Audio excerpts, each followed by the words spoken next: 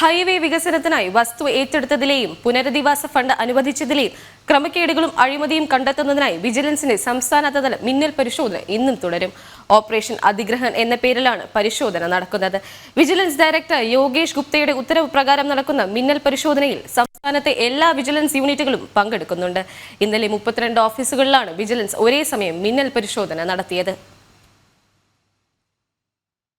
സംസ്ഥാനത്തെ ഹൈവേ വികസനത്തിനായി വസ്തു ഏറ്റെടുക്കൽ നടത്തിയതിലും പുനരധിവാസ ഫണ്ട് അനുവദിച്ചതിലും ക്രമക്കേടുകളും അഴിമതിയും നടന്നുവരുന്നതായി വിജിലൻസിന് രഹസ്യ വിവരം ലഭിച്ചിരുന്നു. ഇതിന്റെ അടിസ്ഥാനത്തിലാണ് സംസ്ഥാന വ്യാപക പരിശോധന നടക്കുന്നത്. സ്വകാര്യ വ്യക്തികളുടെ ഉടമസ്ഥതയിലുള്ള ഭൂമി ഹൈവേ വികസനത്തിനായി ഏറ്റെടുക്കുമ്പോൾ ഭൂമിയുടെ ഉടമസ്ഥാവകാശികളുടെ പുനരധിവാസം, ക്ഷേമം എന്നിവയ്ക്കായി റീഹാബിലിറ്റേഷൻ, റീസെറ്റിൽമെന്റ് ഇനത്തിൽ സ്ഥലം ഏറ്റെടുക്കപ്പെടുന്ന വ്യക്തിക്ക് വസ്തുവകകളുടെ നഷ്ടപരിഹാര തുകയ്ക്ക് പുറമെ അധിക ധനസഹായം നൽകി വരുന്നുണ്ട്. ലാൻഡ് അക്വിസിഷൻ തഹസീൽദാർമാർ ഇത് തെളിയിക്കുന്ന രേഖകൾ വിശദമായി പരിശോധിക്കേണ്ടതും ചുമതലപ്പെടുത്തുന്ന ഒരു ഉദ്യോഗസ്ഥൻ സ്ഥല പരിശോധന നടത്തി റിപ്പോർട്ട് സമർപ്പിക്കേണ്ടതുമാണ്. എന്നാൽ തഹസീൽദാർമാർ സാമ്പത്തിക ലാഭം ഉണ്ടാക്കിയതിലേക്ക് രേഖകൾ കൃത്യമായി പരിശോധിക്കാതെയും സ്ഥല പരിശോധന നടത്തി റിപ്പോർട്ട് സമർപ്പിക്കുന്ന ഉദ്യോഗസ്ഥൻ മനഃപൂർവ്വം തെറ്റായ റിപ്പോർട്ട് നൽകുന്നതായും പരാതികളുണ്ട്. കേരളത്തിലുടനീളം ഹൈവേക്കായി ഭൂമി ഏറ്റെടുക്കാൻ നിയോഗിക്കപ്പെട്ട ലാൻഡ് അക്വിസിഷൻ ഓഫീസുകളിൽ പുനരധിവാസ തുക അനുവദിച്ചു നൽകുന്നതുമായി ബന്ധപ്പെട്ട ക്രമക്കേടുകൾ പരിശോധിക്കുന്നതിനായാണ് വിജിലൻസ് ഓപ്പറേഷൻ അധിഗ്രഹൺ എന്ന പേരിൽ മിന്നൽ പരിശോധന നടത്തുന്നത്.